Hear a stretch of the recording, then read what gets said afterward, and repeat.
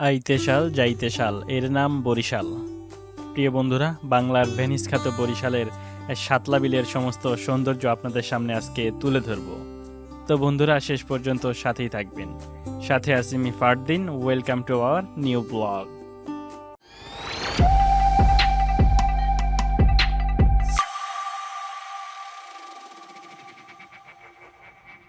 কবি জীবনানন্দ দাশের কবিতার মতোই স্নিগ্ধ মায়া ভরা তার জন্মস্থান বরিশাল। বাংলার মুখ আমি দেখিয়াছি, তাই আমি পৃথিবীর রূপ খুঁজিতে যাই না আহার। অন্ধকারে জেগে ওঠে ডুমুরের গাছে, চেয়ে দেখি ছাতার মতো বড় পাতাটির নিচে বসে আছে ভোরের দোয়েল পাখি। এক পলকে মনে হবে লাল শাপলার কোনো চাদর পুরো বিল জুড়ে বিছানো শাপলা। এই শাপলার অবিরিত রঙিন রূপ যে কাউকে মুগ্ধ করবে। রূপসী বাংলার এই রূপের প্রশংসা ও বিলের সৌন্দর্য গ্রাম ছাড়িয়ে এখন পুরো দেশে। এই সুন্দর দৃশ্যের লোকেশন বরিশাল বিভাগীয় জেলার 40 কিলোমিটার দূরে উজিরপুর উপজেলার সাতলা বিলের সাতলা গ্রামে। রাতে ফোটা শাপলা বুঝে যায় সকাল 9টা বা 10টার মাঝে। তাই ভ্রমণ পিপাসুরা ছুটে আসেন ভোরবেলায় এই সাতলার শাপলা বিলে। আপনারা ইচ্ছে করলে এই সাতলা বিলের যে কোনো জায়গা থেকে নৌকা নিয়ে এই সাতলা বিল ঘুরে দেখতে পারেন। আর অবশ্যই নৌকায় ওঠার আগে এই ভাড়াটা একটু মিটিয়ে নেবেন, তা না হলে সমস্যা হওয়ার সম্ভাবনা আছে।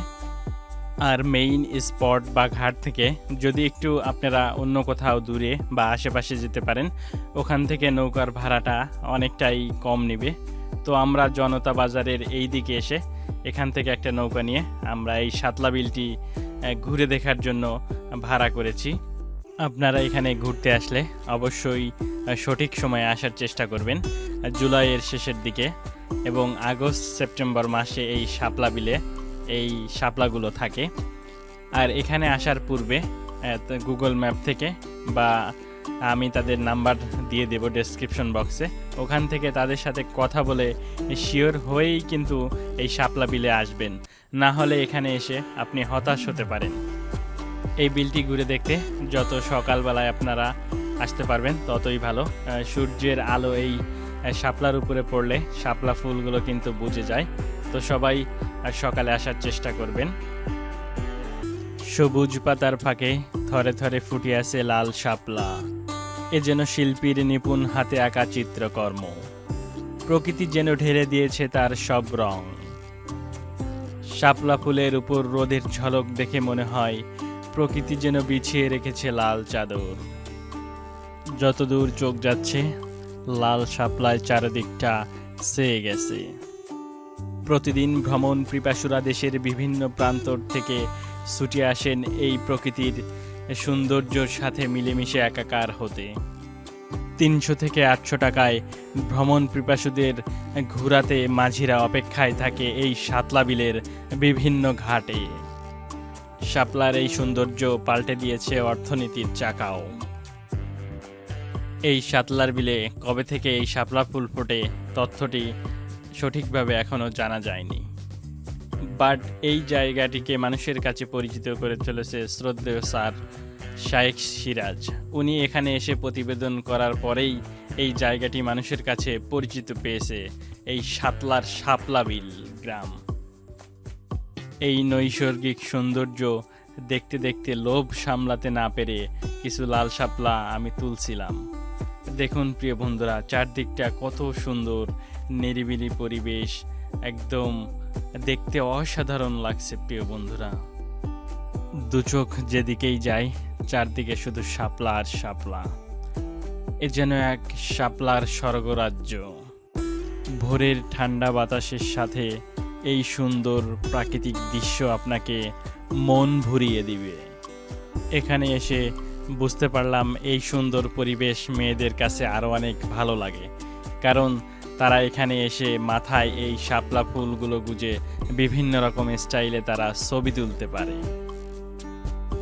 বন্ধুরা, আমাদের সাথে মেয়ে কোনো সঙ্গী না থাকায় আমরা মাঝি ভাইকে জাস্ট একটা ফুল দিয়ে মাথার মুকুট বানাতে বললাম, আমরা যেন 2-1টা ছবি উঠতে পারি।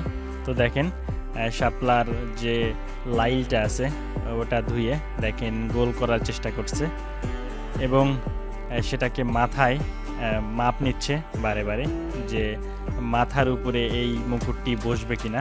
তারপরে দেখেন কত সুন্দরভাবে বানানো শুরু করে দিয়েছে। দেখতে দেখতে দেখেন বন্ধুরা অনেকটাই বানিয়ে ফেলেছে। দেখেন কত সুন্দরভাবে এই শাপলাগুলোকে এর সাথে বেঁধে দিচ্ছে কোনো ধরনের দড়ি ছাড়াই। দেখেন শাপলার যে নরম অংশ আছে নিচের ওটা দিয়েই বেঁধে কত সুন্দরভাবে এই মুকুটটি আমাদেরকে বানিয়ে দিচ্ছে। আমরা এটা মাথায় নিয়ে কয়টা ছবি তুলব বা আসলে এটা দেখতে কেমন এজন্যই আসলে তাকে দিয়ে এটা বানাচ্ছি আমরা। আর এখানে যারা ঘুরতে আসবেন মেয়ে থাকলে তাদের জন্য মালা, হাতের চুড়ি বা মাথার মুকুট আরও অনেক কিছু বানিয়ে দেয় প্রিয় বন্ধুরা। তো আমি হাতে বেলটা নিয়ে দেখতে লাগলাম।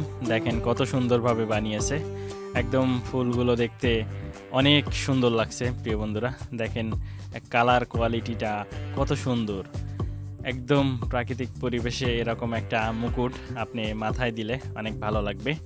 বাট এইটা স্টে করবে অনেক কম সময়, কারণ এইটার পানি যতক্ষণ আছে এই শাপলার মাঝে ততক্ষণ এটা ভালো থাকবে। আর পানিটি শুকিয়ে গেলেই এই ফুলটি বা মালাটি, মুকুটটি ধীরে ধীরে নেতিয়ে পড়বে। আমরা মাঝি ভাইকে বলে আরেকটি শাপলার ফুলের যে মুঠো আটি হয় সেটা বানিয়ে নিলাম। সেটা হাতে নিয়ে আমরা ছবি তুলব এর জন্যই। তো ফুলের আটিটি আমি হাতে নিয়ে নাকে নিয়ে শুকতে লাগলাম যে আসলে শাপলা ফুলের গন্ধ এটা হয় কিনা।